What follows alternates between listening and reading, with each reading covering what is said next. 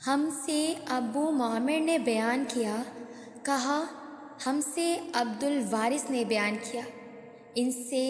ابو عطیہ نے اور ان سے انس رضی اللہ تعالی عنہ نے بیان کیا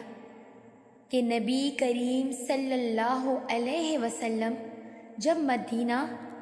ہجرت کر کے تشریف لائے تو حضرت محمد صلی اللہ علیہ وآلہ وسلم نے مسجد کی تعمیر کا حکم دیا۔ آپ صلی اللہ علیہ وآلہ وسلم نے فرمایا،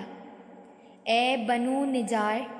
تم اپنی اس زمین کی مجھ سے قیمت لے لو۔ لیکن انہوں نے عرض کی کہ ہم اس کی قیمت صرف اللہ تعالیٰ سے مانگتے ہیں۔ پھر حضرت صلی اللہ علیہ وسلم نے مشرکین کی قبروں کے متعلق فرمایا اور وہ کھاڑ دی گئیں، ویرانہ کے متعلق حکم دیا اور وہ برابر کر دیا گیا،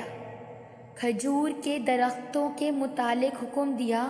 اور وہ کاٹ دیے گئے اور وہ درخت قبلے کی طرف بچھا دیے گئے۔